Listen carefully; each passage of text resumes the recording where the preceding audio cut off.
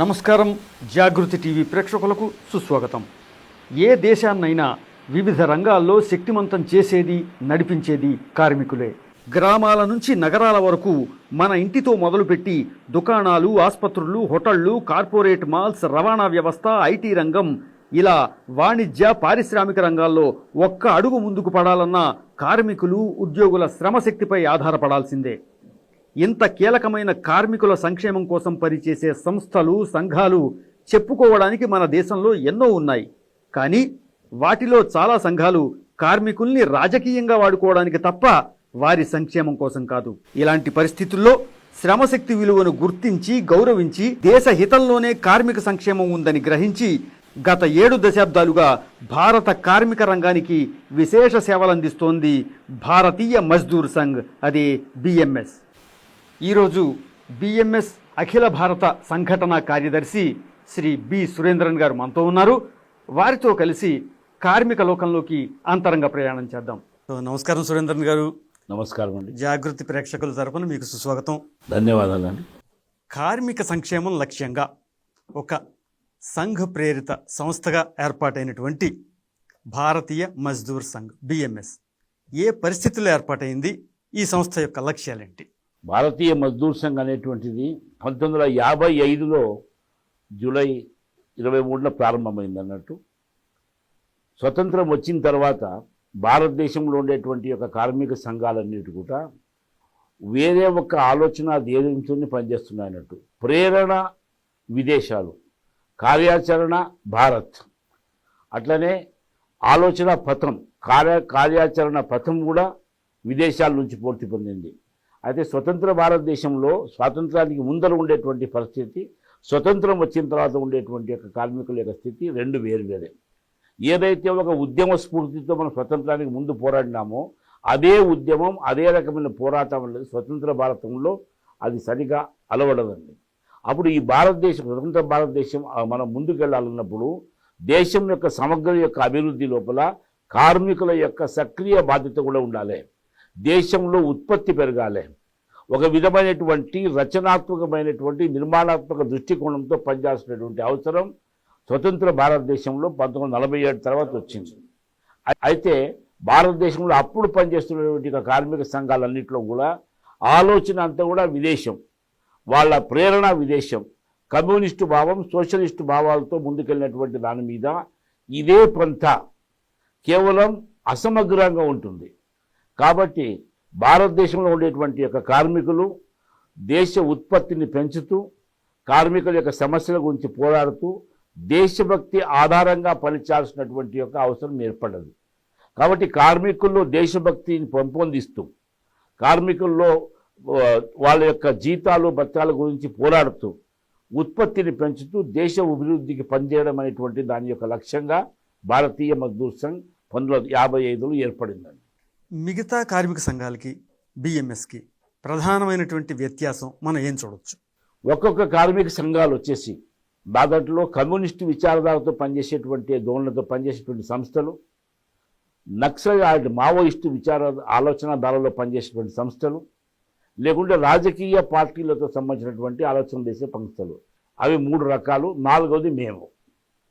భారతీయ మజ్దూర్ సంఘ్ యొక్క దృష్టికోణం ఏంటంటే, మా దృక్పథంలో కార్మికులు సక్రియత ఉండాలి, కార్మికుల యొక్క చైతన్యవంతమైనటువంటి ఉద్యమం చేయాలి. అయితే ఏ యొక్క రాజకీయ పార్టీలో అంగంగా కార్మికులు ఉండకూడదు. కాబట్టి రాజకీయ పార్టీలో ఉండకుండా పార్టీ రాజకీయాలకు అతీతంగా ఒక కార్మిక సంస్థ భారతదేశంలో పనిచేయాలనేటువంటి యొక్క ఉద్దేశం భారతీయ మజ్దూర్ సంఘ్. కాబట్టి పార్టీ రాజకీయాలకు అతీతంగా ఉండే సంస్థగా మేము ఎదిగాం. అయితే భారతదేశంలో ఉండేటువంటి యొక్క మిగతా సంఘాల లోపల ఇప్పుడు కాంగ్రెస్ పార్టీకి అనుబంధ సంస్థ కావచ్చు, లేకుంటే కన్నా ఇంకో సంస్థకు అనుబంధించిన కావచ్చు, ఇలాంటి వాళ్ళు ట్రేడ్ యూనియన్ని మనం వచ్చి కార్మిక సంఘాలని సంఘటనపరిచి, చైతన్యపరిచి, తద్వారా వచ్చిన ఏర్పడిన శక్తి నుంచి రాజకీయాల్లోకి మనం వెళ్ళాలన్నటువంటి ఆలోచన. ఇది కమ్యూనిస్ట్ పార్టీ ఆఫ్ ఇండియా కావచ్చు, మార్క్సిస్ట్ పార్టీ ఆఫ్ ఇండియా కావచ్చు, కాంగ్రెస్ పార్టీ ఆఫ్ ఇండియా కావచ్చు, లేకుంటే డిఎంకే పార్టీ కావచ్చు, బహుజన సమాజ్ పార్టీ, ఇలాంటి అన్ని పార్టీలు కూడా తమిళనాడులో ఇక్కడ వచ్చినప్పుడు ఆంధ్రప్రదేశ్లో తెలుగుదేశం, తర్వాత బీఆర్ఎస్ కానీ టీఆర్ఎస్ కానీ వీళ్ళందరి యొక్క ఆలోచన కార్మికులు అధికారాన్ని అధికారంలోకి వెళ్ళడానికి ఒక నిచ్చెన లెక్క ట్రేడ్ యూనియన్ వాడు. నక్సల్ ఆలోచనతో ఉండేటువంటి మావోయిస్టు ధోరణులతో కార్మిక వర్గం అనేటువంటిది కేవలం విప్లవానికి పనికొచ్చే ఒక సాధనంగా భావిస్తారు. కాబట్టి వాళ్లకు మాకు సిద్ధాంతపరమైనటువంటి విభేదం ఉంది. కాబట్టి పార్టీ రాజకీయాలకు వ్యతిరేకంగా అతీతంగా ఉండేటువంటి ఒక నిర్మాణాత్మక దృష్టికోణంతో పనిచేసేటువంటి సంస్థగా మేము పనిచేస్తున్నాం. కాబట్టి మన యొక్క ఆలోచన, మన యొక్క నినాదాలు, భారతీయ మజ్దూర్ యొక్క కార్యాచరణ, భారతీయ మజ్దూర్ పెట్టేటువంటి యొక్క కోరికలన్నీ కూడా ఈ దృష్టి ఎక్కువ ఉంటుందన్నట్టు. మిగతా వాళ్ళకి అట్లా కాదు. ఉదాహరణకు ఒక నార్మల్ స్టేట్ ఉంటుందనండి, జో చాహే ఓ మజ్బూరి అని ఇట్లా మాట్లాడు, మీరు ఏమైనా కానివ్వండి మాకు వేతనాలు పెంచాలి. అలాంటిది నిర్ణయం మేము చెప్పలే. మేమేమంటామంటే దేశ్ కే హిత్ కే కరెంగే కామ్ కే లేంగే పూరా జామ్, అంటే దేశహితంకై పని చేస్తాం, పనికి తగిన వేతనం సాధిస్తాం. ఇది దృష్టికోణంలో మార్పు వస్తుందండి.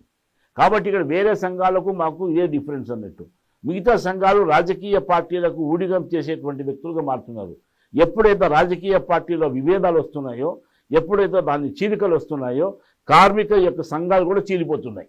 ఈ విషయాన్ని చాలా స్పష్టంగా చూడాలంటే తమిళనాడు యొక్క రాజకీయ పార్టీలకు ఒక పెద్ద ఉదాహరణ. కమ్యూనిస్ట్ పార్టీ ఆఫ్ ఇండియా చీలిపోయింది. దాని కారణం ఇంకొక పార్టీ వచ్చింది, socialist unity centre of India, trade union చీలిపోయింది. అది మళ్ళీ చీలిపోయింది. మార్క్సిస్ట్ పార్టీ వచ్చింది, ఏఐటీసీ చీలిపోయి మళ్ళీ అక్కడ సిఐటియు ఫామ్ అయింది. మార్క్సిస్టుల నుంచి మావోయిస్టులు వెళ్ళిపోయారు, మళ్ళీ పార్టీలు చీలిపోయినాయి. మావోయిస్టులో మళ్ళీ గ్రూపులు మారినాయి. మారుతున్న కొద్దీ మారిపోతున్నారు. ఎన్ని రకాలు ఉన్నాయో వాళ్ళకే తెలియదు అన్నట్టు. కాబట్టి ఇట్లాంటప్పుడు ఏమంటే కార్మిక ఐక్యత అనేటువంటిది కార్మిక సంఘంలో లేకుంటే కన్నా మనం పనిచేయలేం. ఎందుకంటే ఇవాళ ఉండేటువంటి సిచ్యువేషన్లో ప్రైవేటు యాజమాన్యాలు కావచ్చు, రాష్ట్ర ప్రభుత్వాలు కావచ్చు, కేంద్ర ప్రభుత్వాలు కావచ్చు, అత్యంత బలమైనటువంటి శక్తి. అలాంటి బలమైన శక్తి పోరాడుతున్నప్పుడు కార్మికులు రాజకీయ పార్టీ పేరుతో విభజన చేస్తే కార్మికుల యొక్క శక్తి తగ్గిపోతుంది. కాబట్టి మేము స్పష్టంగా రాజకీయ పార్టీలకు అంగం కావద్దని మేము చేస్తున్నాం. కాబట్టి మేము రాజకీయ పార్టీకి లేదు. మాకు వాళ్ళకు ఉండేటువంటి యొక్క సిద్ధాంతం, ఆచరణం, కార్యరూపం మూడింటి యొక్క తేడా ఇదేనండి. సో దేశహితం నేపథ్యంలో కార్మిక ఐక్యత అనేది ప్రధాన లక్ష్యంగా సంస్థ నడుస్తుందండి. మేము మా లక్ష్యాల్లో మూడు ఉంటుంది: దేశహితం, పరిశ్రమ హితం, కార్మిక హితం. కార్మిక హితం మొదట పెట్టలేదండి. ఎందుకంటే దేశ హితం ఉన్నప్పుడు మాత్రమే దేశం ముందుంటే పరిశ్రమలు వస్తాయి, పరిశ్రమలు ముందు వస్తే కార్మికులు వస్తారు. కాబట్టి దేశమే లేదు, కార్మికులే లేదంటే అక్కడ ఏం లేదు. నేపాల్ వాళ్ళ బెస్ట్ ఎగ్జాంపుల్. నేపాల్లో పరిశ్రమలు వెళ్ళడం లేదు. రకరకాల దేశాలు ఎక్కడైతే అశాంతి ఉందో అక్కడ పరిశ్రమలు లేవు. పరిశ్రమలు లేనప్పుడు కార్మికులకు ఉపాధి ఎట్లా కల్పిస్తారు? కాబట్టి దీన్ని స్పష్టంగా మాకు వాళ్ళకు ఉండేటువంటి హితం. దేశం ఉంటేనే హితం, దేశ హితంలోనే పరిశ్రమ హితం వస్తాయి. బిఎంఎస్ 1950లో కదండి ఏర్పాటైంది. అయితే 50ల నాటికి ఉన్నటువంటి కార్మిక రంగం అప్పటి సమస్యలు పరిస్థితులు వేరు, మరి ఈ రోజు ఉన్నటువంటి రంగం యొక్క స్వరూపం పరిస్థితులు వేరు. ఈ క్రమంలో సంస్థ యొక్క పాత్ర ఏ విధంగా మారుతూ వచ్చింది? మీకు మనం 55లో ప్రారంభించామండి. రెండవ ఆర్థిక ప్రణాళిక తర్వాత దేశంలో సోషలిస్ట్ యొక్క ప్రభావం చాలా ఎక్కువ ఉండేది. కాబట్టి ఈ దేశంలో ఎక్కడ చూసినా పబ్లిక్ సెక్టార్ ఈ రంగం చాలా డామినేట్ చేసింది అన్నట్టు. అట్లనే ఆ సందర్భంలో ప్రభుత్వ ఉద్యోగాలే జీవన లక్ష్యంగా మారినాయి. ప్రభుత్వ ఉద్యోగాలు లేకుంటే పబ్లిక్ సెక్టర్ ఉద్యోగాలు, తర్వాత వచ్చేసి ప్రైవేట్ రంగం, ఇట్లా మూడు రకాలుగా వెళ్ళాయి. అయితే ఆ రోజున ఉండేటువంటి స్థితి లోపల రాష్ట్ర ప్రభుత్వాలు కానీ కేంద్ర ప్రభుత్వం కానీ ప్రైవేటు యాజమాన్యాన్ని ప్రోత్సహించలేదు, సోషలిస్ట్ విధానంతో వెళ్ళారు అన్నట్టు. కాబట్టి ఆ రోజున పెద్ద పెద్ద పరిశ్రమలకు పెద్ద అట్రాక్షన్ ఉండేది. ఈ ప్రభుత్వ రంగ సంస్థలే దేవాలయాలని చెప్పే స్థితికి వెళ్ళినారు నెహ్రూ గారు. కాబట్టి అప్పుడు దాని యొక్క ప్రాధాన్యత చాలా విశేషంగా వచ్చింది అన్నట్టు. ఒకప్పుడు ఏమైందంటే ప్రభుత్వ ఉద్యోగాల గురించి ఒక లక్ష్యంగా మారినారు. అయితే ఇవాళకు వచ్చినటువంటి మార్పు ఏంటంటే ఆ రోజు ఉండేటువంటి యొక్క విద్య యొక్క అందుబాటు చాలా తక్కువ ఉండేది. కాబట్టి కొద్దిమందికి ఎవరు 10వ క్లాస్ చదువుకున్నా వాళ్ళకు ఉద్యోగాలు వచ్చేసేటివి అన్నట్టు. కొంతమంది పిలిచి తీసుకెళ్ళి ఉద్యోగాలు ఇచ్చినారు. ఈరోజు ఆ స్థితి లేదు. ఈరోజు విద్యా వ్యాప్తి అవుతున్న కొద్దీ అత్యంత ఎక్కువ పోటీ స్టార్ట్ అయింది. భారతదేశం యొక్క కేంద్ర ప్రభుత్వం, రాష్ట్ర ప్రభుత్వాలు రిజర్వేషన్ల వసతి ఇవ్వడం కారణంగా కింది స్థాయిలో విద్య పెరిగింది, అర్హత పెరిగింది, కెపాసిటీస్ పెరిగాయి. ఇది అదే రకంగా ప్రభుత్వ రంగ సంస్థలు ఏదైతే ఒకప్పుడు ఒక అత్యంత ఆకర్షణీయంగా ఉన్నాయో ఇవాళ ఆకర్షణ కోల్పోతున్నాయి. ప్రభుత్వ రంగ సంస్థలన్నీ కూడా నష్టాలకు గురవుతున్నాయి. ప్రభుత్వ రంగాన్ని నడిపేటువంటి యొక్క యాజమాన్యంలో ఉండేటువంటి స్ఫూర్తి లేని కారణంగా, యాజమాన్యం యొక్క సమర్థత తక్కువ కారణంగా అవి తగ్గుతున్నాయి. కాబట్టి ఇవాళ దీనికి పోయింది. అదే రకంగా ప్రభుత్వ రంగంలో రకరకాల కార్మిక ఉద్యమాల కారణంగా రాష్ట్ర ప్రభుత్వం కానీ, కేంద్ర ప్రభుత్వం కానీ, స్థానిక ప్రభుత్వాలు కానీ ఇక్కడ వచ్చేటువంటి ఒక వేతనం చాలా ఎక్కువైంది. కాబట్టి ఇవాళ వచ్చేసి ప్రభుత్వ రంగ ఉద్యోగాలకై విపరీతమైనటువంటి ఆకర్షణ పెరిగింది.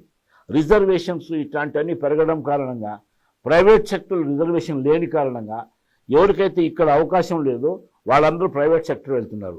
ప్రైవేట్ రంగంలో కూడా కొన్ని పరిశ్రమలు, ఫార్మస్యూటికల్ ఇండస్ట్రీ కావచ్చు, లేకుంటే ఐటీ ఇండస్ట్రీ కావచ్చు, టూరిజం ఇండస్ట్రీ కావచ్చు, స్టీల్ ఇండస్ట్రీ కావచ్చు, ఇట్లాంటి చోట కొన్ని ఇండస్ట్రీ కొన్ని పరిశ్రమలు పెట్టినటువంటి కార్య సంస్కృతి కారణంగా ప్రైవేట్ కూడా ఒక ఆకర్షణగా కేంద్రమైంది అన్నట్టు. ఎప్పుడైతే ఇవి ఉద్యోగాలు వెళ్తున్నాయో ఇంకొక సైడ్లో ప్రభుత్వాల కన్నా ప్రైవేట్ నేమ్ అనేటువంటి దీంట్లో వెళ్ళినారు. ఇలా ఒక పెద్ద చేంజ్ వస్తున్నది.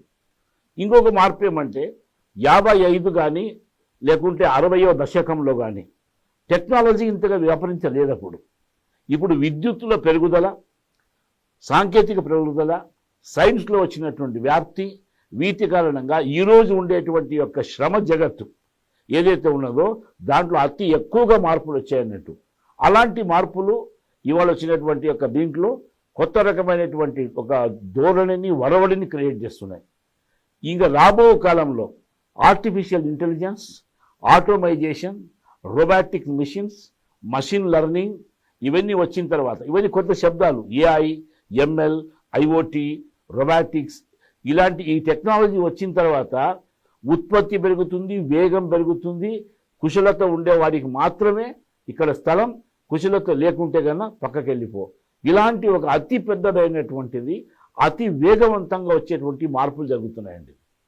ఇవి ఒక అజగజాంతరమైనటువంటి వ్యత్యాసం ఇవాళ మనం చూస్తున్నాం అన్నట్టు. ఒకప్పుడు చూసుకున్నట్టయితే కార్మికులు కావచ్చు, ఉద్యోగులు కావచ్చు, సంస్థల్లో 25-30 ఏళ్ళు పనిచేసేవారండి, లాంగ్విటీ. ఈరోజు చూసుకున్నట్టయితే ఏ రోజు ఉంటుందో ఉద్యోగం, ఏ రోజు పోతుందో, ఎంత హై క్వాలిఫికేషన్ ఉన్నప్పటికీ కూడా. మరి ఇట్లాంటి పరిస్థితుల్లో ఉద్యోగులు ఏ విధమైనటువంటి ఒక ప్లానింగ్ కావచ్చు, కార్యాచరణ కావచ్చు ముందుకెళ్ళాలి, బిఎంఎస్ ఏ విధంగా వారిని గైడ్ చేస్తుంది? అంటే మీరు చెప్తున్న విషయం అర్ధసత్యం అండి. ఇప్పుడు ఏదైతే ఇవాళ రకరకాలైనటువంటి మారుతున్నదో ఇది చాలా వరకు నగరాల్లో కేంద్రితమైనటువంటి, అట్లనే 2-3 సెక్టార్ సంబంధించినటువంటి సమస్య. ఐటీ ఇండస్ట్రీ ఉంది. ఐటీ ఇండస్ట్రీలో ఆ ఎలక్ట్రానిక్ ఇండస్ట్రీ కావచ్చు, ఐటీ ఇండస్ట్రీ కావచ్చు, ఇవన్నీ కూడా వచ్చినటువంటి ఈ పరిణామం చాలా వేగవంతంగా మిగతా వాళ్ళ మీద వచ్చింది అన్నట్టు. ఇప్పుడు ఏదైతే ఈ ఐటీ ఇండస్ట్రీలో ఉందో అక్కడ యూనియన్లు లేవు. యూనియన్ పెట్టిన వెంటనే దాన్ని అణగదొక్కేసి వాళ్ళందరినీ ఉద్యోగాల్లోకి తీసేస్తారు అన్నట్టు. ఎలాంటి స్వేచ్ఛ లేకుండా చేస్తున్నారు. అయితే అక్కడ ఏమంటే ఐటీ ఇండస్ట్రీ అనేటువంటిది ఇది విదేశాల యొక్క జాబ్ వర్క్ మీద ఆధారపడినటువంటి ఇండస్ట్రీ. అక్కడ వాళ్ళకు వస్తే ఇక్కడ లేకుండా వద్దు. కాబట్టి దీంట్లో నిర్మించినటువంటి ఒక ఉత్సాహం, ఒక దీని కారణంగా ఎక్కడైతే వేతనాలు ఎక్కువ ఇస్తున్నారో అక్కడికి పరిగెత్తడం. అంటే పారిశ్రామిక సంబంధాలు అంటారండి. యాజమాన్యం ప్లస్ కార్మికుల మధ్య ఉండేటువంటి దీనిలో ఎలాంటి సంబంధం లేకుండా చేసినారు. దీనికి ముఖ్య కారణం ఏంటంటే ఈ ఐటీ ఇండస్ట్రీలో పనిచేసినటువంటి ఉద్యోగాలు ఇవన్నీ కూడా, ఐటీ కానీ, హోటల్ ఇండస్ట్రీ కానీ, దీన్ని హాస్పిటాలిటీ ఇండస్ట్రీ అంటారు, లేకుంటే కానీ హాస్పిటల్ ఇండస్ట్రీ, ఇవాళ హెల్త్ ఇండస్ట్రీ కానీ. ఇక్కడ వస్తున్న పెద్ద విషయం ఏంటంటే దీన్ని హాపింగ్ అంటున్నాడు. ఎక్కడ కూడా ఒక 3 ఏళ్ళు ఉండడు, 2 ఏళ్ళు పనిచేయరు. ఇక్కడ ఉద్యోగి ఎక్కువ డబ్బులు ఇస్తే అక్కడ డబ్బులు ఇస్తే ఎక్కువ. ఇది ఒక రకమైనటువంటి యొక్క మన వైట్ కాలర్డ్ స్లేవ్. అది ఇదంతా కూడా వెట్టి చాకరీ లెక్క అన్నట్టు ఇట్లా తయారవుతున్నారు. కాబట్టి అక్కడ స్వేచ్ఛ లేదు, శబ్దాలే మారిపోతున్నాయి, మనకెవరికి అర్థం కాదన్నట్టు. Hire and fire. ఈ హైయర్ చేయడం అంటే ఇదేమన్నా ఎడ్ల బండినా బాడుగు తీసుకోవడానికి? అంటే మనుషులను వచ్చేసి మార్కెట్ ఎకానమీలో మనుషుల్ని కూడా ఒక సరుకుగా మార్చేటువంటి సిస్టమ్. ఇది ఎక్కువ కాలం నిలబడదండి, మొత్తం కూలిపోతుంది అన్నట్టు. కాబట్టి ఇవాళ మనం ఏమంటే అలాంటి సెక్టర్స్లో కూడా భారతీయ మజ్దూర్ సంఘ్ యూనియన్ ప్రారంభించింది. యూనియన్లు ప్రారంభించాం, మా నేతృత్వాన్ని ఉద్యోగాలను తొలగించారు. కేవలం బిఎంఎస్ మాత్రమే కాదు, బిఎంఎస్ కావచ్చు, సిఐటి కావచ్చు, ఐఎన్టీసీ కావచ్చు, ఏఐసిసిటి కావచ్చు, వీళ్ళందరూ కూడా ఉద్యోగాలు పోగొట్టుకున్నారు.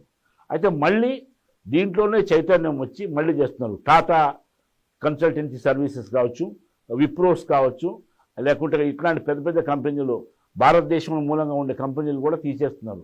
ఎందుకు తీసేస్తున్నారంటే అనవసరంగా జనాలు రిక్రూట్ చేసుకున్నారు. కాబట్టి ఇట్లా ఉంది. కాబట్టి ఈ సందర్భంలోనే ఫైట్ చేయాల్సి వస్తుంది. మిగతా చోట్ల ఈ సమస్య లేదు. ఇప్పుడు భారతదేశంలో ఉన్న సమస్య ఏంటంటే ఒప్పంద కార్మికులు, కాంట్రాక్ట్ లేబర్. ఈ కాంట్రాక్ట్ లేబర్కు రకరకాల రూపాలు వచ్చాయన్నట్టు.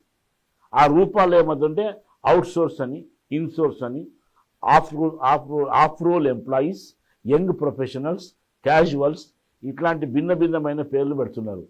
ఇది వాస్తవానికి భారతదేశం యొక్క అతి పెద్దదైనటువంటి సమస్య ఇవాళ ఈ ఒప్పంద సిస్టమ్. దీని మీద కార్మిక సంఘాలు పోరాడుతున్నాయి. భారతీయ మజ్దూర్ సంఘ్ రకరకాల చోట ఒప్పంద కార్మికుల్ని, భిన్న భిన్నమైన ఒప్పంద కార్మికుల్ని మనం వాళ్ళ సంఘటితపరిచి ఉద్యమానికి తీసుకెళ్తున్నాం.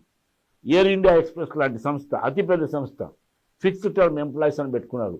మనం టాటా మేనేజ్మెంట్ చేస్తున్న సంస్థ పోరాడాం. 3 రోజుల పాటు వాళ్ళ మొత్తం ఈ ఎయిర్పోర్ట్స్లో ఉండేటువంటి అన్ని విమానాలు ఆపగలిగినాం అన్నట్టు. ఇవాళ సమస్య ఉంది. అయితే ఈ రకమైన సంస్థలో కష్టాల నడుమ ఏదైతే 60వ దశకం 70వ దశకంలో ప్రైవేట్ యాజమాన్యంతో జనం మాట్లాడి కొట్లాడి ఉద్యోగాలు పోగొట్టుకుని జీవితాలు పోగొట్టుకున్నారో అదే రకమైనటువంటి స్థితి 50 ఏళ్ల తర్వాత ఇవాళ మళ్ళీ పునరావృతం అవుతున్నది. కాబట్టి కార్మికులు, భారతీయ మజ్దూర్ సంఘ్ నిరంతరమైన పోరాట పటిమతో మనం వీళ్ళని సంఘటితపరుస్తాం, పోరాడతాం. కార్మిక రంగంలో అతి ముఖ్యమైనటువంటి భాగం అసంఘటిత కార్మికులు. ఇంటి పని మనుషులు కావచ్చు, వ్యవసాయ కూలీలు కావచ్చు, ఇతరత్ర ఈ వర్గాల వారికి బిఎంఎస్ ఏ విధమైనటువంటి తోడ్పాటు అందిస్తుంది? చూడండి, ఇవాళ భారతదేశంలో కార్మిక వర్గం అన్నప్పుడు, మనం కార్మికులు అన్నప్పుడు అన్ని రకాల ఉద్యోగస్తులు వస్తారన్నట్టు. చాలా చోట్ల భ్రమలు ఉంటాయన్నట్టు. కార్మికులు అన్నప్పుడు కార్మిక రంగంలో అందరూ వస్తారు. ఈ ప్రభుత్వ రంగ ఉద్యోగాలు కావచ్చు, ప్రభుత్వ ఉద్యోగాలు కావచ్చు, ప్రైవేట్ రంగ ఉద్యోగాలన్నీ కలిస్తే కూడా కేవలం 7% మాత్రమే. మిగతా 93% జనాలు వీళ్ళు మన అసంఘటిత కార్మికులు. ఇవాళ భారతదేశంలో భారతీయ మజ్దూర్ సంఘ్ దాదాపు 20 రంగాల లోపల అసంఘటిత క్షేత్రాల రంగాల్లో మేము పనిచేస్తున్నాం. దాంట్లో వచ్చేసి భవన నిర్మాణ కార్మికులు కావచ్చు, బీడీ కార్మికులు కావచ్చు, మత్స్యకారులు కావచ్చు, ఆశా అంగన్వాడీ లాంటి స్కీమ్ వర్కర్స్ కావచ్చు, శ్మశానాల్లో పనిచేసేటువంటి కార్మికులు కావచ్చు, దేవాలయాల్లో పనిచేసేటువంటి కార్మికులు కావచ్చు, ఇలా భిన్న భిన్న రంగాల్లో లోడింగ్ అన్లోడింగ్ చేసేటువంటి వాళ్ళు, ఇట్లాంటి వాళ్ళందరినీ సంఘటితపరిచి వాళ్ళ గురించి మనం ఫైట్ చేస్తున్నాం. దీంట్లో 2-3 రకాలు ఉన్నాయన్నట్టు. కొంతమంది ఏమో కొన్ని చట్టాల పరిధిలోకి వస్తారు. ప్లాంటేషన్ వర్కర్స్, దీంట్లో టీ తోటల్లో పనిచేసే వాళ్ళు కానీ, లేకుంటే కన్నా బీడీ వర్కర్లు కానీ, వీళ్ళు ఒక చట్ట పరిధిలోకి వచ్చి పనిచేస్తారు. అలాంటి వాళ్ళని పనిచేస్తూ చట్టపరంగా దొరికేటువంటి అన్ని విషయాల గురించి పోరాడి వాళ్ళని పోరాడుతున్నాం. ఇప్పుడు బీడీ పరిశ్రమ ఉంది. బీడీ పరిశ్రమ 80 లక్షల మంది ఆధారపడినారు, బీడీ చుట్టేవాళ్ళు. ఈ బీడీని వచ్చేసి ఈ పరిశ్రమను మూసేయాలని ప్రభుత్వాలు ప్రయత్నించినాయి అంతర్రాష్ట్రీయ ఒప్పందాల పేరు మీద. దాదాపు 6 సంవత్సరాల పాటు బిఎంఎస్ పోరాటం కారణంగానే ఇవాళ అది ఆగింది. దానిలోనే జిఎస్టీ భాగంగా పెద్ద 28% జిఎస్టీ తీసేస్తే బిఎంఎస్ కంటిన్యూస్గా మాట్లాడి లాబింగ్ చేసి మాట్లాడి సంఘర్షణ చేసిన తర్వాత ఇవాళ ఆ జిఎస్టీని 5% తగ్గించినారు. ఇదే రకంగా ఇంకా కొన్ని సెక్టర్లు ఎట్లా ఉంటాయంటే వెల్ఫేర్ బోర్డు ఉంటాయండి, సంక్షేమ సంస్థలు ఉంటాయి. భవన నిర్మాణ కార్మికులు, మైనింగ్లో ఉండేటువంటి వాళ్ళు, ఇట్లాంటి వాళ్లకు వెల్ఫేర్ బోర్డ్స్ ఉన్నాయి. కొన్ని రాష్ట్రాల లోపల డొమెస్టిక్ వర్కర్స్, ఇంటి పని వాళ్లకు వెల్ఫేర్ బోర్డ్స్ ఉన్నాయి. వాళ్ళ గురించి మనం పనిచేస్తున్నాం అన్నట్టు. ఎక్కడైతే ఇట్లాంటి వాళ్ళు వెల్ఫేర్ బోర్డ్స్ ఉన్నాయో మెంబర్షిప్ సంస్థ యొక్క సభ్యత్వం కాకుండా వీళ్ళందరినీ ఆ యొక్క సంక్షేమ బోర్డుల లోపల సభ్యులు చేసి సంక్షేమ బోర్డు పథకాలను వచ్చేసి వీళ్లకు అమలు పరిచాలా చేస్తున్నాం అన్నట్టు. ఇప్పుడు కొత్తగా వచ్చినటువంటి ఒక కొత్త ఏరియా, దాన్ని గిగ్ అండ్ ప్లాట్ఫామ్ వర్కర్స్ అంటారు. ఓలా, ఉబేరా, స్విగ్గీ, అమెజాన్, కోచింగ్ ఇట్లాంటి దాంట్లో పనిచేసేవాళ్ళని వాళ్ళని ఆర్గనైజ్ చేస్తున్నాం. మనం G20లో మేము కండక్ట్ చేసిన సందర్భంగా లేబర్ 20 G20లో భాగంగా ఈ ప్లాట్ఫామ్ వర్కర్స్ అనేది రాబో భవిష్యత్తు యొక్క సంకేతం అని మాట్లాడి ప్రభుత్వాలతో మాట్లాడిన తర్వాత ఇవాళ భారతదేశంలో ఉండే ప్రభుత్వాలు, కేంద్ర ప్రభుత్వం సామాజిక సురక్ష కోడ్ తెస్తున్నారు, సోషల్ సెక్యూరిటీ కోడ్. దాంట్లో భాగంగా గిగ్ అండ్ ప్లాట్ఫామ్ వర్కర్స్కి బెనిఫిట్ ఇచ్చినారు. కేంద్ర ప్రభుత్వం యొక్క నిర్దేశనాన్ని గమనించి రాజస్థాన్లో ఉండేటి కాంగ్రెస్ పార్టీ కావచ్చు, కర్ణాటకలో ఉండేటువంటి కాంగ్రెస్ పార్టీ వాళ్ళు కావచ్చు, వాళ్ళు ఎప్పుడే దీంట్లో జార్ఖండ్లో ఉండేటువంటి పార్టీ కావచ్చు, వీళ్ళందరూ కూడా ఈ గిగ్ అండ్ ప్లాట్ఫామ్ యొక్క కొత్త రకమైనటువంటి చట్టాలు చేస్తున్నారు. దాన్ని మేము సమర్థిస్తూ వాళ్లకు సపోర్ట్గా నిలబడినాం. ఇట్లా గిగ్ అండ్ ప్లాట్ఫామ్ వర్కర్స్ ఉన్నారు. ఇంకా కొంతమంది ఎట్లున్నారంటే ఫిషరీస్ ఉన్నారు. ఫిషర్స్ కానీ ఇట్లాంటి వాళ్ళకి ఎలాంటి చట్టాలు లేవు. స్ట్రీట్ వెండార్కు మనం భారతీయ మజ్దూర్ సంఘ్ ప్రయత్నం కారణంగా కేంద్ర ప్రభుత్వం మత్స్యశాఖ ఒక ప్రత్యేకమైనటువంటి మినిస్ట్రీనే స్టార్ట్ చేశారన్నట్టు, మంత్రాలయాన్ని. దాని గురించి పనిచేస్తున్నాం. అదే రకంగా ఏమంటే భిన్నమైనటువంటి వాళ్ళంతా లోడింగ్ అన్లోడింగ్ వర్కర్స్ ఉండొచ్చు.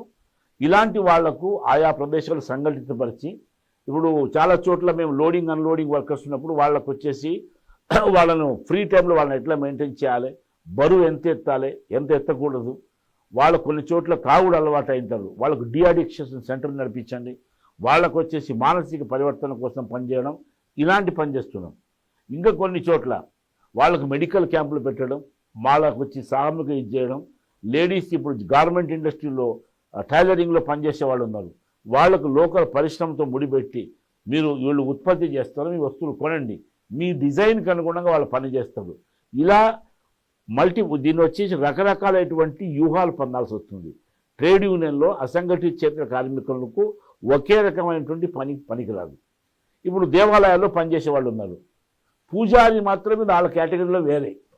మిగతా దేవుడి మీద ఉండేటువంటి కింద పనిచేసేవాళ్ళు, పాత్రలు తోమేటువంటి వాళ్ళు, ఆభరణాలు పెట్టేటువంటి వాళ్ళు, దీపం పెట్టేవాళ్ళు, పూలు పెట్టేవాళ్ళు, తర్వాత బ్యాండ్ వాయించేవాళ్ళు, ఇవన్నీ కూడా రకరకాలైనటువంటి కుల జాతులు, వాళ్ళు కూడా కార్మికులు. వాళ్ళని మట్ల ఎట్లా ఆర్గనైజ్ చేయాలి, దేవాలయం యొక్క మేనేజ్మెంట్ బట్టి వాళ్ళని ఆర్గనైజ్ చేస్తాం. ఇట్లా రకరకాల యోజన, దీన్ని మల్టిపుల్ స్ట్రాటజీస్ అంటారు, అట్లా పనిచేస్తున్నామండి. ఇవాళ మీ సమాచారం గురించి భారతదేశంలో అత్యధికంగా అసంఘటిత క్షేత్ర కార్మికులు పనిచేస్తున్నది భారతీయ మజ్దూర్ సంఘంలోనే. ఈ కార్మిక రంగంలో మనం చూసుకున్నప్పుడు సంఘటిత రంగంలో ఓ నెల జీతమనో, నికర జీతమనో, పిఎఫ్ అనో ఉంటూ వాళ్ళకి కొంత కాస్తో కొస్తో జీవన భద్రత అనేది మనకు కనిపిస్తుంది. అసంఘటిత రంగంలో అలాంటి పరిస్థితులు ఉండవు. రేపు వాళ్ళు వృద్ధులైన తర్వాత జీవనాన్ని ఎట్లా గడపాలనేటువంటి ఒక ఆందోళన ఉంటుంది. అట్లాంటి పరిస్థితుల్లో వారికి బిఎంఎస్ చేసేటువంటి కార్యాచరణ లేదా సలహా సూచనలు, మార్గదర్శకత్వం ఎటువంటి? 2013 నుండి భారతీయ మజ్దూర్ సంఘ్ యొక్క అఖిల భారత మహాసభలు ఇక్కడ జరిగినాయి జైపూర్లో. అప్పుడు మా స్పష్టమైనటువంటి ఏమంటే దేశంలో అసంఘటిత క్షేత్ర కార్మికులందరికీ సామాజిక భద్రత కల్పించాలి. మేము ఆ సామాజిక భద్రత అనే విషయాన్ని దేశ స్థాయిలోనూ, రాష్ట్ర స్థాయిలోనూ, అంతర్జాతీయ స్థాయిలోనూ ఈ విషయాన్ని పెద్ద టాపిక్గా చేశాం.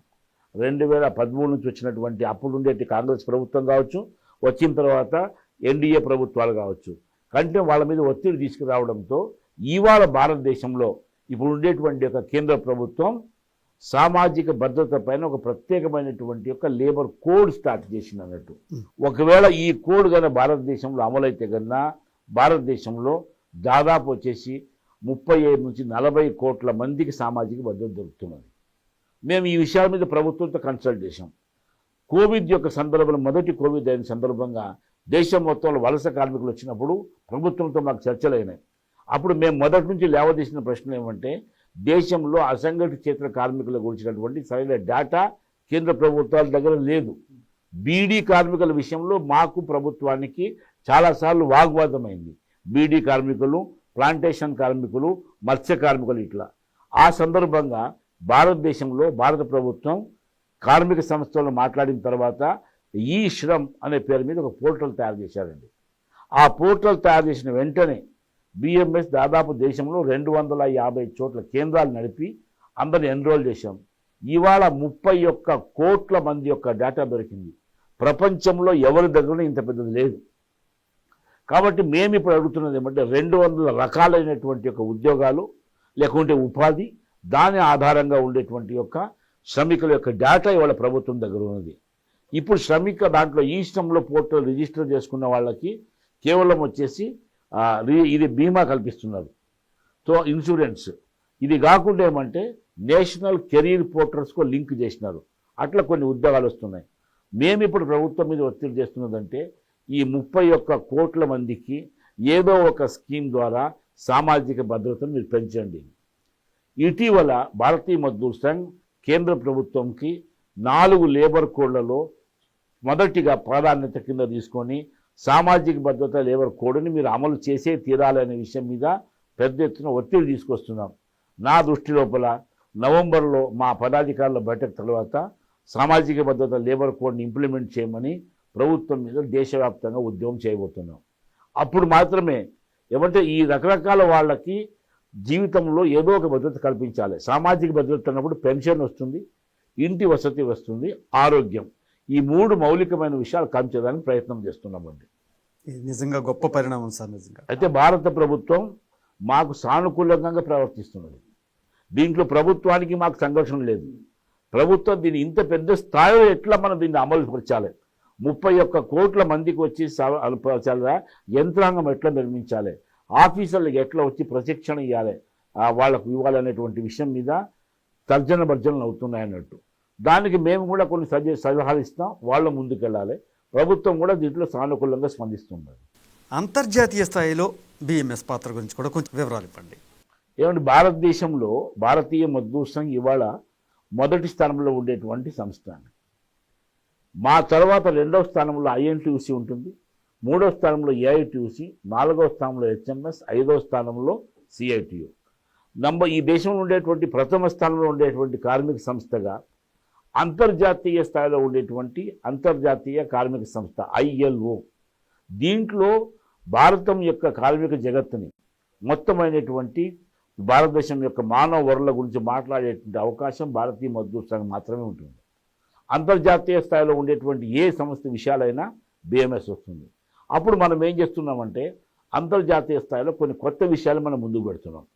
ఒకటి అంతర్జాతీయ స్థాయిలో ఉండేటువంటి ఒక సామాజిక భద్రత గురించి మనం పెడుతున్నది ఏమంటే ఒక విషయాన్ని ప్రభుత్వాల ముందు పెట్టాం. G20లో అన్ని దేశాలు అంగీకరిస్తూ ఆ 3లో వస్తున్నాయి. ఒకటి ఏమంటే దాంట్లో ఇంగ్లీష్లో చెప్పాలంటే international portability of social security fund. మానే ఒక కార్మికుడు ఉండేటువంటి వ్యక్తి, ఒక ఉద్యోగస్తుడు ప్రపంచంలో మీరు ఎక్కడైనా మీరు వెళ్ళి పనిచేయండి. అక్కడ మీరు పనిచేసిన తర్వాత అక్కడ ఇచ్చేటువంటి ఒక పెన్షన్, సోషల్ సెక్యూరిటీ ఫండ్ మీరు 15 ఏళ్ళు 20 ఏళ్ళు పనిచేసి భారతదేశానికి వచ్చిన తర్వాత ఆ సోషల్ సెక్యూరిటీ ఫండ్ ఇక్కడికి ట్రాన్స్ఫర్ కావాలి. అదే రకంగా ఇండియాలో ఆటోమొబైల్ ఇండస్ట్రీలో చైనా, వియత్నాం, కొరియా వెళ్ళి పనిచేస్తారు.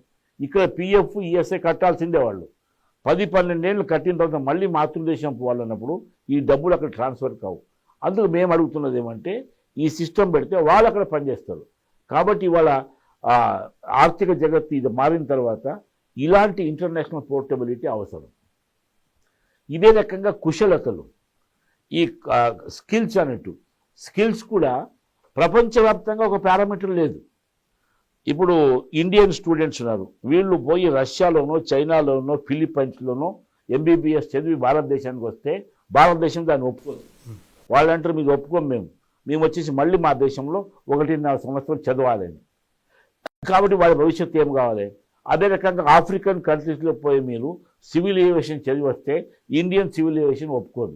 ఇండియాలో ఉండేటువంటి nurse, laboratory course, paramedical course, pharmaceutical కోర్స్ని మీకు గల్ఫ్ కంట్రీస్ ఒప్పుకోవు. బంగ్లాదేశ్లో ఉండేటువంటి high quality garment industry workers వాళ్ళని యూరోప్ ఒప్పుకోదు. కాబట్టి ఇట్లాంటి మనం ఏమంటే ఇంటర్నేషనల్ లెవెల్ కూడా స్కిల్ కాంపిటీషన్, స్కిల్ పారామీటర్స్ మీరు తయారు చేయండి. లేకుంటే ప్రపంచం చిన్నదని చెప్తున్నారు, గ్లోబల్ విలేజ్ అని చెప్తారు. ఆ విలేజ్లో మార్పిడి అయినప్పుడు ఈ స్కిల్ని ఎవరు పారామీటర్స్ చేయాలి? ఇది సెకండ్ విషయం. ఇవాళ అంతర్జాతీయ స్థాయిలో భారతీయ మజ్దూర్ సంఘ్ లేవదెత్తిన విషయం. మూడో విషయం ఏంటంటే ఫ్యూచర్ ఆఫ్ ఎంప్లాయ్మెంట్. దాంట్లో ఫ్యూచర్ ఆఫ్ ఎంప్లాయ్మెంట్ వస్తున్నప్పుడు అన్ని చోట్ల నిదానంగా వచ్చేసి టెక్నాలజీ మెయిన్ పాత్ర వహిస్తున్నది. కాబట్టి మేమంటున్నది ఏమంటే ఏఐ లాంటి విషయాలు కొన్ని చోట్ల అవసరం, ఆర్టిఫిషియల్ ఇంటెలిజెన్స్ కొన్ని చోట్ల అవసరం. ఎక్కడ? Glass industry, chemical industry, space industry, intelligence industry, mining industry, oceanography, ఇట్లాంటి చోటంతా కూడా ఆర్టిఫిషియల్ ఇంటెలిజెన్స్ యొక్క ఆవశ్యకత ఉంది. అక్కడ దాని పెద్ద ఎత్తున మార్పు వస్తుంది. అయితే బ్యాంకు నోట్లు పంచడానికి, గుమాస్తా లెక్కలు రాయడానికి, హోటల్లో సర్వ్ చేయడానికి ఏఐ చేసిన రోబోట్స్ అవసరం లేదు. కాబట్టి ఇవి రెండు ఎక్స్ట్రీమ్ ఎండ్ అన్నట్టు. మనిషి యొక్క సృజనాత్మకత, మనిషి యొక్క క్రియేటివిటీ, వాడి యొక్క రకరకాల ఆలోచనలని ఏఐ చంపేస్తుంది అన్నట్టు. కాబట్టి మేము ఇంటర్నేషనల్ లెవెల్ లోపల అన్ని 190 దేశాలకు మేము కోరుతున్న విషయం ఏంటంటే ఆర్టిఫిషియల్ ఇంటెలిజెన్స్ రెగ్యులేట్ చేయాలి. ఇవాళ ఈ విషయం ప్రపంచ దేశాల్లో భారతీయ మజ్దూర్ సంఘ్ అంతరాష్ట్రీయ వేదికలు వచ్చిన కారణంగా మాకు ఇది 3వ విషయం. 4వ విషయం, ఇంటర్నేషనల్ లెవెల్ లోపల మారుతుండేటువంటి యొక్క శ్రమ జగత్తు, ఈ యొక్క దీన్ని వరల్డ్ ఆఫ్ వర్క్ అంటారు దాన్ని. దాంట్లో మహిళల పాత్ర అసలు ఏమిటి? భారతదేశంలో మహిళలు సహజంగా మిక్స్ అయిపోతారు, వేరే దేశాల్లో అట్లా లేదు. కాబట్టి మహిళలు ఫ్యూచర్ ఆఫ్ ఎంప్లాయ్మెంట్లో మహిళకంటూ కొద్దిగా స్థానం ఇవ్వాలి, మహిళలకు ఒక సరైనటువంటి రూపకల్పన చేయాలి. ఉద్యోగాల యొక్క రూపకల్పన కావచ్చు, ఉద్యోగ కార్యస్థలం యొక్క పని గంటలు కావచ్చు, వీటన్నిటిలో మహిళా కేంద్రితంగా మీరు ఆలోచించాలి. 4th విషయం, మనం ప్రభుత్వం ఇంటర్నేషనల్ పెట్టాం.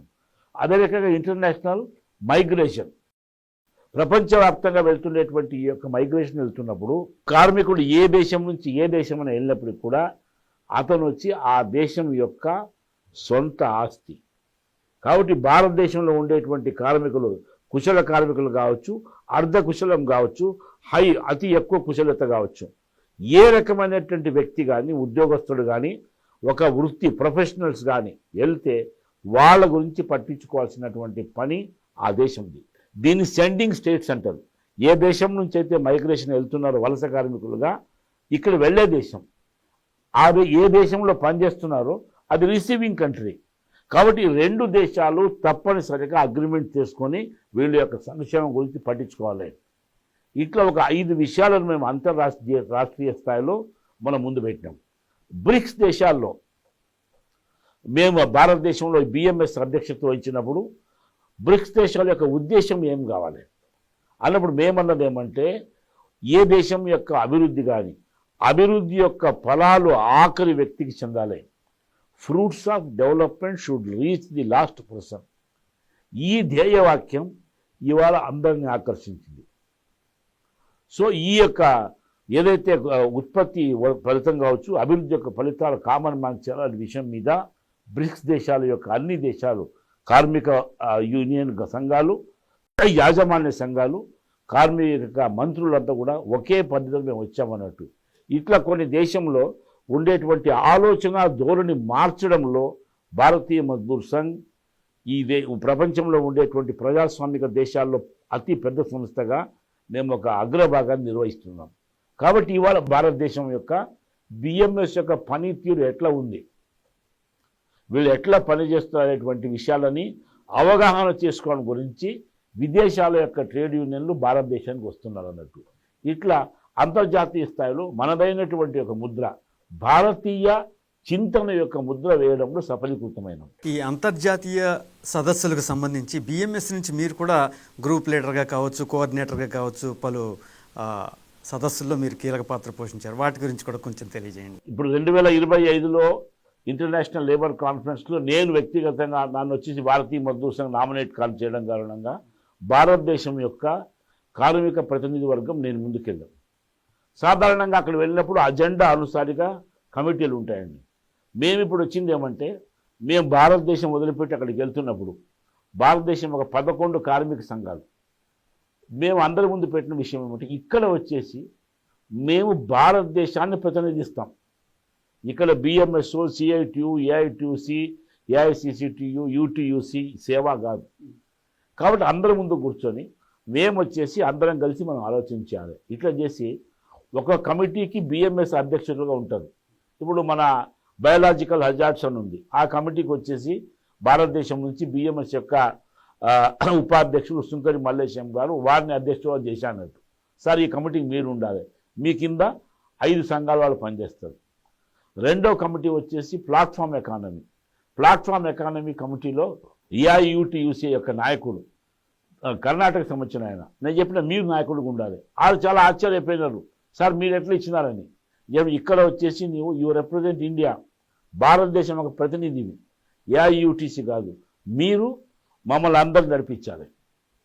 అట్లనే అసంఘటిత క్షేత్రం సంబంధించిన ఒక విషయం, సేవా అని ఒక సంస్థ ఉన్నది, self employment women's organisation, మనలి Shah, ఆమెకు వచ్చేసి మీరు వచ్చి ఇక్కడ నాయకురాలు ఈ కమిటీకి, మేమందరం కూడా మెంబర్లు. కాబట్టి ఇక్కడ టోటలీ ఓటింగ్ హక్కు నాకు మాత్రమే ఉంటుందండి. కాబట్టి నేను మీ అందరితో కలుస్తాను, మనం అందరం కలిసి ఇక్కడ భారతదేశం ఒక ప్రతినిధిగా వ్యవహరించాలి. ఈ రకమైన చేయడంలో ఇది అతిపెద్ద చేంజ్, నార్మల్లీ అట్లా చేయరండి, చేసినాం. ఇంత మాత్రమే కాకుండా యాజమాన్య సంఘాలు కూడా వస్తాయి అన్నట్టు, ఒక త్రిపక్షీయం. కాబట్టి యాజమాన్య సంఘాలు వస్తే వాళ్ళతో మనం కూర్చున్నాం. ఈ 3 అంశాల మీద మీ అభిప్రాయం మా అభిప్రాయం ఒకటి కావాలి. ఇక్కడ మనకు కాన్ఫ్లిక్ట్ వద్దు. కాబట్టి మనం సహమతం ఏకాభిప్రాయం ఎట్లా చేయాలి, ఈ రకంగా ఏకాభిప్రాయ సాధన గురించి అక్కడికి వచ్చాం. తర్వాత కేంద్ర ప్రభుత్వం యొక్క దాంట్లో రాష్ట్ర ప్రభుత్వాల యొక్క మంత్రులు వస్తారు, అధికారులు వస్తారు, కేంద్ర ప్రభుత్వం. ఆ రకంగా కేంద్ర ప్రభుత్వం మాట్లాడి మనం ఇక్కడ వన్ వాయిస్ ఆఫ్ ఇండియా అట్లా మనం రైజ్ చేయాలనే విషయం మీద ముందుకెళ్ళిన కారణంగా అందరి మధ్యన ఒకే అభిప్రాయం వచ్చింది అన్నట్టు. అట్లనే ఇప్పుడు అక్కడ 190 దేశాలను వచ్చేసి ఉద్దేశించి ప్రసంగించాల్సి వస్తుంది. నేను మాట్లాడుతున్నప్పుడు అన్ని ప్రతినిధులు వచ్చారు, యాజమాన్యం మాట్లాడుతున్నప్పుడు అందరం పాల్గొన్నాం, ప్రభుత్వం మాట్లాడుతున్నప్పుడు అందరం పాల్గొన్నాం. ఇంతకు ముందు ప్రక్రియ ఎట్లా ఉండేది, కేవలం మినిస్టర్ మాట్లాడుతున్నా అందరూ పోతారు అన్నట్టు. ఎప్పుడు నో, మినిస్టర్ కూడా పార్ట్ ఆఫ్ ఇండియన్ డెలిగేట్, ఈ చైర్మన్. ఈ రకంగా చేయడం కారణంగా భారతదేశంలో యాజమాన్య సంఘాలు, ప్రభుత్వం ప్లస్ మేము ఒకే ఒక లైన్లో పనిచేయడంలో చాలా పెద్ద ఎత్తున అయినాం. ఈసారి ఐఎల్ఓ గ్రేట్నెస్ ఏమంటే, నా యొక్క ఉపన్యాసంలో భారతదేశం ఏ విధంగా సామాజిక భద్రతలో పనిచేస్తున్నది, భారతదేశం యొక్క సామాజిక భద్రత, విదేశాల యొక్క భద్రత రెండు కల్పన వేరే. నేను 48% మందికి ఉద్యోగాల వాళ్ళు ఇక్కడ భద్రత ఇచ్చినా చెప్పిన. అయితే మినిస్టర్ గారు వచ్చిన తర్వాత ఐఎల్ఓ యొక్క స్టడీస్ తర్వాత 64.2% జనాలకు భారతదేశం సామాజిక భద్రత కల్పిస్తున్నది, ప్రపంచంలో 2వ స్థానం. ఈ వార్త ఎప్పుడైతే ఐఎల్ఓ యొక్క డైరెక్టర్ జనరల్ చెప్పారో మా అందరి సంతోషానికి అంతు లేదన్నట్టు. అక్కడ ఆ రకంగా మనం వచ్చేసి అత్యంత ఉత్సాహంతో ముందుకెళ్ళామన్నట్టు. తర్వాత అదే రకంగా నేను రైజ్ చేసినట్టు కొన్ని 3 విషయాలు, ఏఐ గురించి, ఇంటర్నేషనల్ గురించి. డీజీ ఆయన యొక్క భాషలో మాట్లాడుతూ భారతదేశం యొక్క ప్రగతి, భారతదేశం యొక్క ఆలోచన ధోరణిని మిగతా దేశాలలో కూడా మీరు నేర్చుకోవాలి అని చెప్పినారు అన్నట్టు. ఇట్లా మన యొక్క భాగస్వామ్యం, ప్రాతినిధ్యం అనేటువంటిది అంతర్రాష్ట్రీయ వేదికల లోపల అందరినీ కలుపుకొని ముందు వెళ్ళేటట్టుగానే ఉంటుందండి.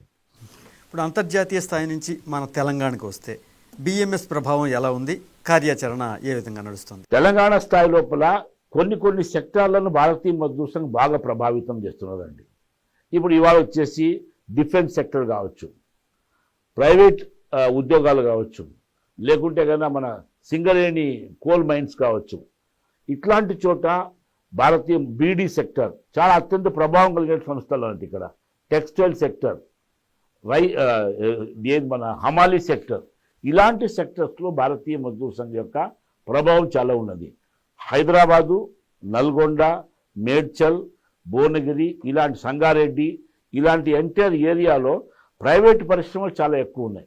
ఈ ప్రైవేట్ పరిశ్రమల్లో బిఎంఎస్ వచ్చేసి ఒక అత్యంత ప్రభావితమైన సంస్థగా మేము ఎదిగామన్నట్టు. ఇప్పుడు రాణే ఇంజనీరింగ్ వాల్స్ ఉన్నది, దాదాపు 25 సంవత్సరాలుగా మేమే ఎలక్షన్లో గెలుస్తున్నాం, ఒకటే సంస్థ పనిచేస్తున్నది. రెడ్డి ల్యాబొరేటరీస్ ఉన్నాయి, అతి పెద్ద సెన్సిటివ్ ఇండస్ట్రీ. అలాంటి ఇండస్ట్రీలో దాదాపు 25-26 ఏళ్ల నుంచి ఒకే సంస్థగా మేము ఉంటున్నాం, ప్రభావితం చేయగలిగినాం అన్నట్టు. అదే రకంగా ఇప్పుడు మింట్ ఆర్గనైజేషన్ ఉంది, మింట్లో కంటిన్యూస్గా పనిచేస్తున్నాం అన్నట్టు. కాబట్టి మింట్లో మేము గెలిచాం. అదే రకంగా ఏమంటే ఇక్కడ కూడా ఎన్టీపీసీ రామగుండం 33 ఏళ్ళ నుంచి పనిచేసే ఇంటెక్ను వెనకేసి మేము ముందుకు గెలిచాం. హిందుస్థాన్ ఏరోనాటికల్లో 2 సార్లు గెలిచాం, ఈసీఐఎల్లో 2 సార్లు గెలిచాం. Defence laboratories, highly educated persons, అలాంటి వర్క్స్ కమిటీలు అంతా గెలుచుకుంటూ వచ్చామన్నట్టు. ఇట్లా రకరకాల చోట మనం గెలుస్తున్నాం. హైదరాబాద్ జిహెచ్ఎంసీలో ఎలక్షన్ అప్పుడు 2 సార్లు మేమే గెలుచుకుని వచ్చామన్నట్టు. కాబట్టి ఇక్కడ తెలంగాణలో కూడా భారతీయ మజ్దూర్ సంఘ్ ఇక్కడ ఉండేటువంటి దాని మీద ప్రభావవంతంగా పనిచేస్తుంది. అయితే ఇదే సరిపోతుందా అంటే సంతృప్తికరంగా లేదు. కొత్త రంగాలు వస్తున్నాయి, కొత్త రంగాలు విస్తృతం అవుతున్నాయి. కాబట్టి రాబో కాలంలో ఇంకా ఎక్కువ పని పెరగాలనేటువంటి దాని మీద యోజనలు చేస్తున్నారు. ఎక్కడో ఆదిలాబాద్లో జిల్లా కావచ్చు, నిర్మల్ కావచ్చు, లేకుంటే ఖమ్మం జిల్లా ములుగు, ఇక్కడ వరంగల్ జిల్లా ములుగు కావచ్చు, భద్రాచలం ఏరియా, ఇలాంటి చోట్ల పోయి పనిచేయాల్సిన అవసరం ఉన్నది. దీంట్లో మన పాలమూరు జిల్లాలో ఉండేటువంటి అక్కడ అడవులు ఉన్నాయి, అక్కడ ఉండేటువంటి ఒక గ్రామీణ వీళ్ళ పనిచేసినట్టు అవసరం ఉంది. ఇలా కొన్ని క్షేత్రాల ప్రభావం ఉన్నాం, ఇంకా కొన్ని చోట్ల చాలా ఎక్కువ పనిచేయాల్సిన అవసరం రెండు మాకు కనిపిస్తున్నదండి. సార్, మొత్తంగా మనం 70 ఏళ్ల బిఎంఎస్ ప్రయాణాన్ని మనం చూసుకున్నప్పుడు ముఖ్యమైన మైలురాళ్ళు అనుకుంటే మనం వేటిని స్పృశించవచ్చు? భారతీయ మజ్దూర్ సంఘ్ యొక్క 70 ఏళ్ల చరిత్ర లోపల కొన్ని అంశాలు మిగిలిపోతాయన్నట్టు. ఈ దేశంలో బోనస్ కార్మికులకు అనేటువంటి విషయాన్ని బిఎంఎస్ ప్రపోజ్ చేయడంలో ముందుకు సఫలీకృతమైన. Bonus is a deferred wages, అంటే బోనస్ అనేటువంటిది ఆలస్యంగా ఇస్తున్నటువంటి యొక్క జీతం మాత్రమని కల్పన కల్పించడం మాత్రమే కాదు, భారతీయ మజ్దూర్ సంఘ్ కారణంగా ప్రభుత్వ ఉద్యోగులకు కూడా బోనస్ రావచ్చు అనే కల్పన బిఎంఎస్ కారణంగా వచ్చింది, వాళ్ళ కారణంగానే పెరిగింది. ఇప్పుడు మనం కొన్ని చట్టాలను మార్చగలిగినాం అన్నట్టు. అది డిఫెన్స్లో ఉండేటువంటి వాళ్ళు కావచ్చు, ఇవి కావచ్చు, వాటిలో మనం మార్చగలిగినాం. ఇవాళ 4 లేబర్ కోడ్స్ రాకముందు రెండవ లేబర్ కమిషన్ పెట్టినప్పుడు భారతీయ మజ్దూర్ సంఘ్ మాత్రమే సెకండ్ లేబర్ కమిషన్లో స్పష్టంగా చెప్పింది ఏమంటే ఇప్పుడు ఉండేటువంటి కార్మిక చట్టాలని మార్చాల్సిన అవసరం ఉంది. దీన్ని సరళీకరణ, సింప్లిఫికేషన్ ఆఫ్ లేబర్ లాస్, ఈ విషయం ముందుకు తీసుకొచ్చాం. ఇవాళ అదే విషయాన్ని కాంగ్రెస్ ప్రభుత్వం ముందుకు తీసుకెళ్ళింది, అదే విషయాన్ని ఎన్డీఏ ప్రభుత్వం తీసుకెళ్ళింది. కాంగ్రెస్ వాళ్ళు ధైర్యం చేయలేకపోయినారు, ఈ నరేంద్ర మోడీ గారు ధైర్యం చేసి తీసుకొచ్చినారు అన్నట్టు. కాబట్టి ఇప్పుడు రాబో కాలంలో చట్టాలు మారుతున్నాయి. అట్లనే ఎలాంటి విషయాలు టెక్నాలజీ విషయంలో టెక్నాలజీ మిషన్ ప్రారంభించాలనేటువంటి ఒక భారతీయ మజ్దూర్ సంఘ ఆలోచనని ఇవాళ దరిదాపుగా అందరూ స్వీకరిస్తున్నారు. అదే రకంగా అసంఘటిత క్షేత్రం యొక్క కార్మికులు కూడా కార్మికులే. భారతీయ మజ్దూర్ సంఘ్ యొక్క సంస్థాపకులైనటువంటి దత్తోపంత్ ఠేంగ్డీ గారు వాళ్ళు మాటికి వచ్చేసి అసంఘటిత క్షేత్ర కార్మికులు అంటే వీళ్ళు విశ్వకర్మ సెక్టార్, దీని మీద ఫోకస్ చేయాలని ముందు పెట్టారండి. మొదట ఎవరు చేయలేదు. భారతదేశంలో ఇంటి పనివారుల మధ్యన ఒక ట్రేడ్ యూనియన్ చేయగలుగుతామని నిరూపించింది బిఎంఎస్ 1971లో. అసంఘటిత క్షేత్ర కల్పన లేనప్పుడు 1971లో భారతీయ మజ్దూర్ సంఘ్ ఇంటి పనివారుల సంఘం పెట్టింది. దాని పేరు ఘరేలు కామ్గార్ సంఘం. అప్పుడు తమాషగా బాంబేలో ఉండేటువంటి వాళ్ళు మేము వచ్చిన వెంటనే బిఎంఎస్ని బర్తన్ మాంజనే వాళ్ళ సంఘటన, అంటే బోకులు పాత్రలు తోడే వాళ్ళు అని ఇట్లా తమాష చేసేవాళ్ళు. ఏమయ్యా మీకు ఈ పని లేదా, రాయలసీమ భాషలో బోకులు తొమ్ముతారంటారు అన్నట్టు. అట్లా మీరు పాత్రలు కడిగే వాళ్ళని ముందు సంస్థ పెట్టినారా, వీళ్ళంతా ఎట్లా వస్తుందని. So nothing. ఇవాళ అది మేజర్ ఆర్గనైజేషన్ అవుతున్నది డొమెస్టిక్ వర్కర్స్.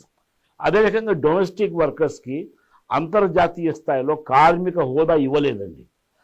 వీళ్ళ కార్మికులు భారతదేశం నుంచి లక్షలాది మంది పనిచేస్తున్నారు. కాబట్టి అంతర్జాతీయ వేదికలో బిఎంఎస్ ఫైట్ చేసింది. 2010వ సంవత్సరం ఎప్పుడైతే అంతర్జాతీయ ఐఎల్ఓలో ఇది చట్టం పారిచేయాలని వచ్చినప్పుడు అప్పుడు భారత ప్రభుత్వం చైనా ప్రభుత్వంతో కలిసి ఇంటి పని వాళ్ళకి ఇవ్వకూడదని నిర్ణయించింది. దాన్ని మనము చాలా స్ట్రాంగ్గా అపోజ్ చేసాం. బిఎంఎస్ 2011 ఐఎల్సీలో సత్యనారాయణ గారు స్పష్టంగా చెప్పారన్నట్టు.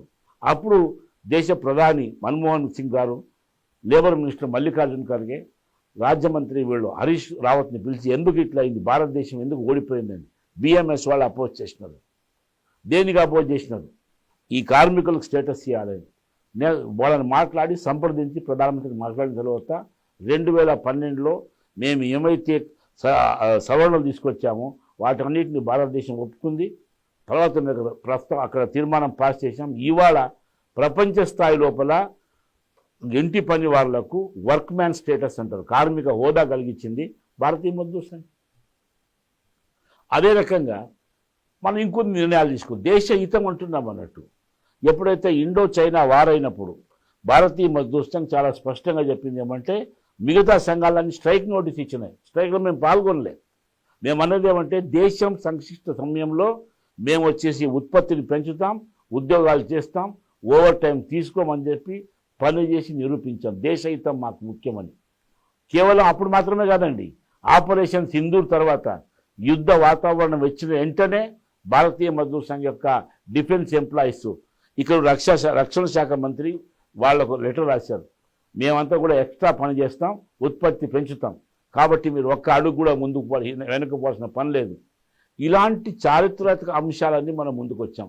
కార్మిక చట్టాలు మార్చే విషయం కావచ్చు, కొత్త విషయాలు తీసుకొచ్చే ఆ విషయం కావచ్చు, దేశం గురించి మేము మొదట అనేటువంటి విషయాలు కావచ్చు, అదే రకంగా వీళ్ళకి మన ట్రాన్స్పోర్ట్ సిస్టంలో మార్పులు తీసుకొచ్చే విషయంలో రకరకాల చోట్ల మాకంటూ కొన్ని చారిత్రకమైనటువంటి యొక్క మైలురాళ్ళు ఉన్నాయండి.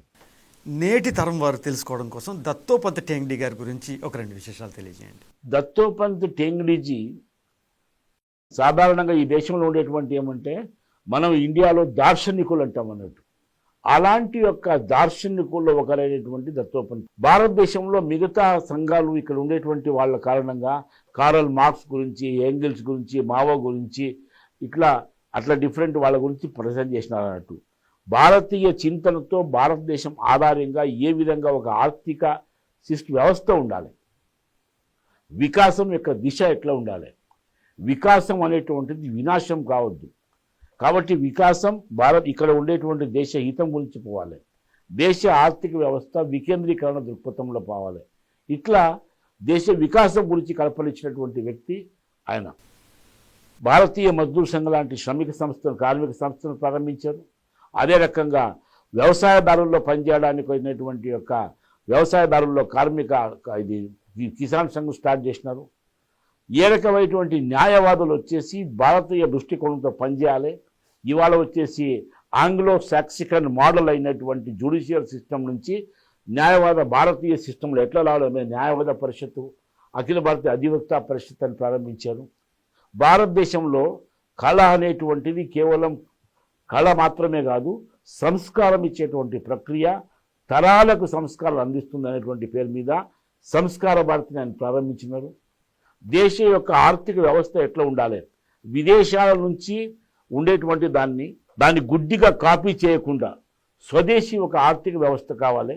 స్వదేశీ ఆర్థిక విధానం, వాళ్ళ స్వదేశీ యొక్క ఆర్థిక విధానాన్ని స్వదేశీ జాగరణ మంచ్ అనే సంస్థను స్టార్ట్ చేసినారు. రాజ్యసభ మెంబర్గా కార్మిక నాయకుడే మాత్రం కాదు, రాజ్యసభ సంస్థ ఉన్నప్పుడు దేశ హితం గురించి ఎట్లా పనిచేయాలనేటువంటి ఇచ్చినటువంటి ఒక విశిష్టమైనటువంటి వ్యక్తి దత్తోపంత్ ఠేంగ్డీజీ. కాబట్టి కొంతమంది వారిని కేవలం ఆధ్యాత్మికవాదిగా చూసినారు, కొంతమంది కేవలం ఆర్థిక నిపుణులుగా చూసినారు, కొంతమంది ఆయన వచ్చేసి సంస్కారాలు అందించే ఒక స్పిరిచువల్ పర్సన్ అనుకున్నారు, ఇంకా కొంతమంది అడ్వకేట్ అనుకున్నారు, కొంతమంది వ్యవసాయదారుడు అనుకున్నారు, మాలాంటి వాళ్ళ సంస్థలో ఆయన కార్మికుడే అనుకున్నాడు అన్నట్టు. అట్లా సహజమైనటువంటి యొక్క కార్మికులతోనే ఆయన బతికేదన్నట్టు. ఎలాంటి వాళ్ళైనప్పటికీ నిరంతరమైనటువంటి సంపర్కం, అత్యంత కఠోరమైనటువంటి యొక్క జీవితం. ఎవరెవరైతే ఆయన సంపర్కంలో వచ్చినారో ఆఖరి నిమిషం వరకు కూడా వాళ్ళందరినీ కలిసేటువంటి వ్యవస్థ. నేను 2013లో దీనికి లోక్సభ అక్కడ క్వార్టర్స్ వెనుక, ఎంపీ క్వార్టర్స్ వెనుక మంగళ షాప్ దగ్గరికి వెళ్ళానట్టు. ఆడికి వెళ్ళిపోయి అది ఎక్కడ ఉన్నారంటే వెంటనే మంగళ షాప దత్తోపంత్ ఠేంగ్డీజీ రా కూర్చో అని పెట్టేసి ఆతిథ్యం ఇచ్చినారు. గుల్బర్గాలో పక్కన గానగాపూర్ అని ఉంటుంది, దేవాలయంలో మేమంతా వచ్చేసి దేవాలయ దర్శనం చేసుకుని వెనక్కి వస్తున్నాం అన్నట్టు. అక్కడ ఆయన పరిచయం చేసినాం, ఎవరైనా అంటే ఆ వెంటనే వచ్చేసి మేమంతా కార్మిక సంస్థ, భారతీయ మజ్దూర్ సంఘ్ పూజారి గారు వెంటనే పిలిచినారు. భారతీయ మజ్దూర్ సంఘ్ దత్తోపంత్ ఠేంగ్డీజీ యొక్క శిష్యులు రండి అని. ఎవరంటే నన్ను చెప్పినారు అన్నట్టు, భారతీయ మజ్దూర్ సంఘ్ సంఘటన కార్యదర్శి, నీ వచ్చేసి దత్తోపంత్ ఠేంగ్డీజీ యొక్క వారసుడివి, కాబట్టి నీ రకంగా పనిచేయాలి, ఇక్కడ కూర్చో, ఈ రకంగా నమస్తే చేయండి అట్లా పాడని చెప్పింది. ఆయన పెద్ద ఇది కూడా కాదు, సాధారణమైనటువంటి ఒక గుడిలో ఉండే ఒక సర్వసాధారణమైనటువంటి గుడిలో పనిచేసే మనిషి. ఇట్లా మంగళ వాళ్ళు కావచ్చు, గుడిలో పనిచేసే వాళ్ళు కావచ్చు, తోటి కార్మిక సంఘాలు కావచ్చు, వీళ్ళందరినీ కూడా ప్రభావితం కల్పించినటువంటి. ఈ మధ్య నేను తపన్ సేన్ గారిని కలిశాను, మాకన్నా వాళ్ళు ఎక్కువ ఠేంగ్డీజీ గురించి అధ్యయనం చేస్తున్నారు అన్నట్టు. ఇట్లా మిగతా తను స్వయంగా సక్రియం, సంస్థలు సక్రియం చేసి మిగతా వాళ్ళని ప్రభావితం చేసేటువంటి వ్యక్తి. నేటి యువతరం మల్టీ డైమెన్షనల్ టాలెంట్స్ అని మాట్లాడుతుంది. అట్లా మల్టీ డైమెన్షనల్ టాలెంట్స్ ఉండేటువంటి ఒక వ్యక్తి ఇవాళ యువతరానికి ఆదర్శం అవుతారు. కాబట్టి అలాంటి వ్యక్తిని ఆదర్శంగా తీసుకోమని మాత్రం నేను అప్పీల్ చేస్తున్నా. టెంగ్డీజీ గురించి మీరు ఎక్కువ తెలుసుకోండి. రకరకాల పుస్తకాలు ఆయన గురించి ఉంచున్నాయి, లిటరేచర్ ఉంది. అది వికీపీడియా కావచ్చు, గూగుల్ కావచ్చు, మీరు ఆర్టిఫిషియల్ ఏఐ యొక్క మోడల్స్లో కూడా, చాట్ బాట్లో కూడా టెక్నాలజీ గురించి నిరంతరంగా వస్తుంది. వాటిని సంపూర్ణంగా అధ్యయనం చేయమని మాత్రం కోరుకుంటున్నాను. సో ధన్యవాదాలు జీ. 7 దశాబ్దాల భారత కార్మిక రంగ పరిస్థితులు, పరిణామాలు, బిఎంఎస్ ప్రయాణం గురించి సుదీర్ఘంగా మాకు విశ్లేషించారు, వివరాలు అందించారు. మరో సందర్భంలో మళ్ళా కలుద్దాం. నమస్కారం. జాగృతి ప్రేక్షకులకు, జాగృతి యొక్క వీళ్ళందరికీ, మీ టీంకు నా యొక్క నమస్కారాలండి. భారతీయ మజ్దూర్ సంఘ అవకాశం ఇచ్చినందుకు మరొకసారి ధన్యవాదాలు. నమస్కారం.